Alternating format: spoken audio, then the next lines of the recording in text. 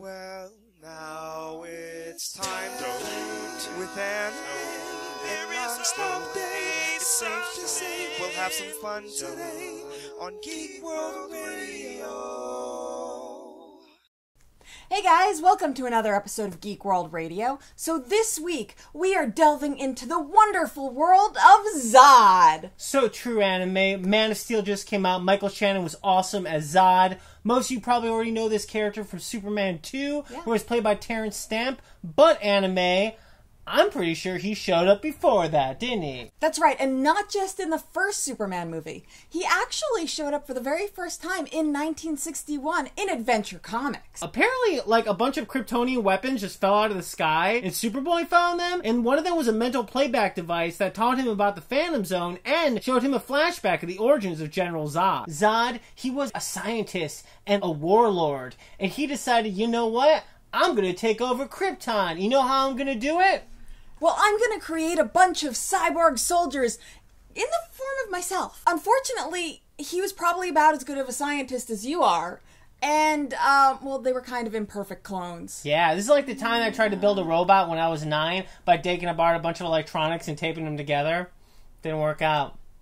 No. Johnny Five is not alive. No, I guess I'm not Tony Stark like I was hoping. Now, what's great about this issue is not only does it introduce Zod, but it also introduces the notion of the Phantom Zone. Jor-El decides, yo, let's lock this dude away. So Zod really was appearing in the comic books from 1961 kind of continually up beyond when the movies came out. He was sort of like Voldemort. He would show up in like a wraith-like state, messing with Superboy and in Superman and Supergirl. It's usually him and the Phantom just kind of like doing all kinds of crazy stuff. I'm surprised that they didn't make it so that like Zod also had some sort of super pet that could have dealt with like Crypto and Streaky and all them. Exactly, that would have been awesome. So then anime was 1978, the Bee Gees were the #1 band in America, and Superman the movie comes out. Is that even true? I don't know, but it sounded good. And we get to see Zod, played by Terrence Stamp. Now, Zod is not the main villain. He actually just kind of shows up as a cameo in the he gets first like movie. one scene. Exactly. But it's amazing. He basically gets to threaten Marlon Brando. First he's like,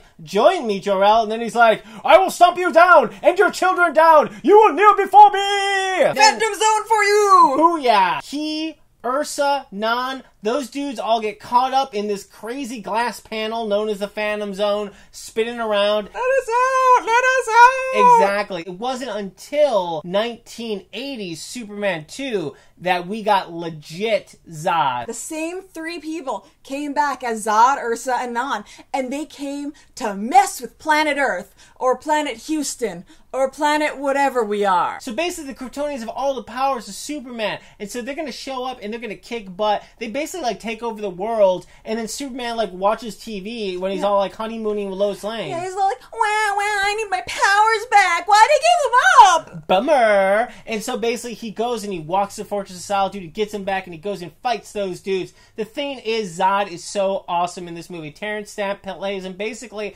as a bored dude with superpowers. He's like, I guess I'll take over. I've got nothing better to do. Kneel before Zod. And like, that's what you think of when you think of Zod. Then comes 1985. It was a wonderful year. Huey Lewis and the News were in the top 40, and they were going all the way.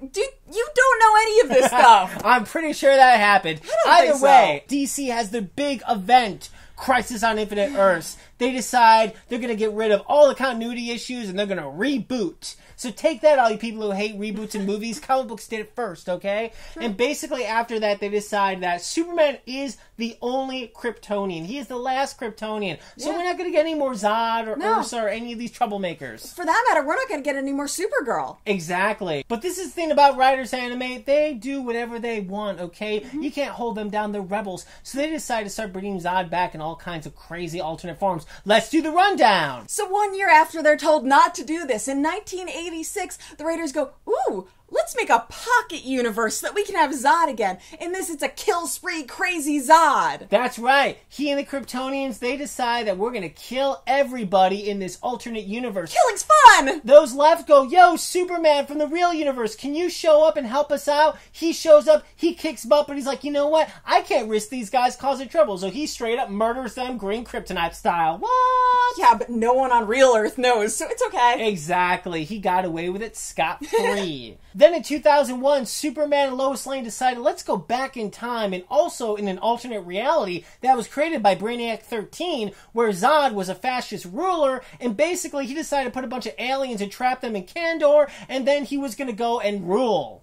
Wow, that's confusing. Superman and Jor-El, they get together, they kick his butt, they send him to the Phantom Zone. See ya, Zod.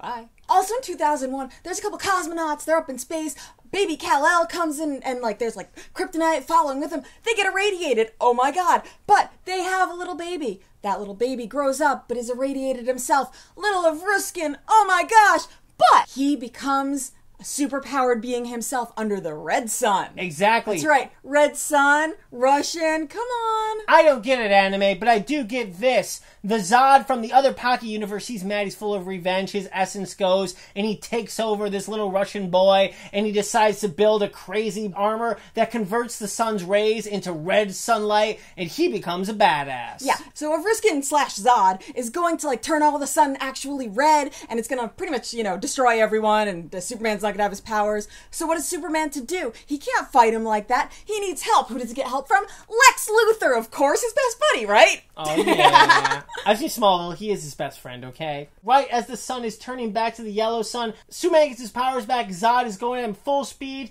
hits Superman, and he hits him so hard while he's mortal, and he kind of dies. Which is awesome, because Superman basically killed Zod without doing anything. Yeah, well, Zod kind of committed suicide on Superman's chest. Badass. That's how I want to go out to everybody. Okay, then in 2004, Brian Azzarello and Jim Lee made a little story where Zod, he's in a special area of the Phantom Zone known as Metropia, and he's got this crazy spiky black armor on. But when he takes it off, he's an old bald man with a giant beard. He's Father Time, anime. Oh my god, I'm Zod! I can't move! Get off my property! You, Jor-El, and your science fact. Metropia was created by Superman in the Phantom Zone. It's a safe haven for his loved ones. Zod resented Superman for messing with him, messing with his Phantom Zone. He was tormenting Superman. Superman went to try to stop him, and Zod laughed at him while he fell into a trans-dimensional rift. It's also to note that this version of Zod claimed he was the original Zod from Krypton, but that was never actually proven. There have been other incarnations of him in, again, other pocket universes and parallel universes and alternate universes. Zod has been kind of like the Superman of certain universes, in fact. So really, 2006 marks kind of the official return of Zod to the comics, where it was like, okay, fine, we can have that Zod guy back. You seem to like him. Jeff Johns actually got together with Richard Donner, who, as you know, is the director of the first Superman movie and sort of the second one. Parts of it.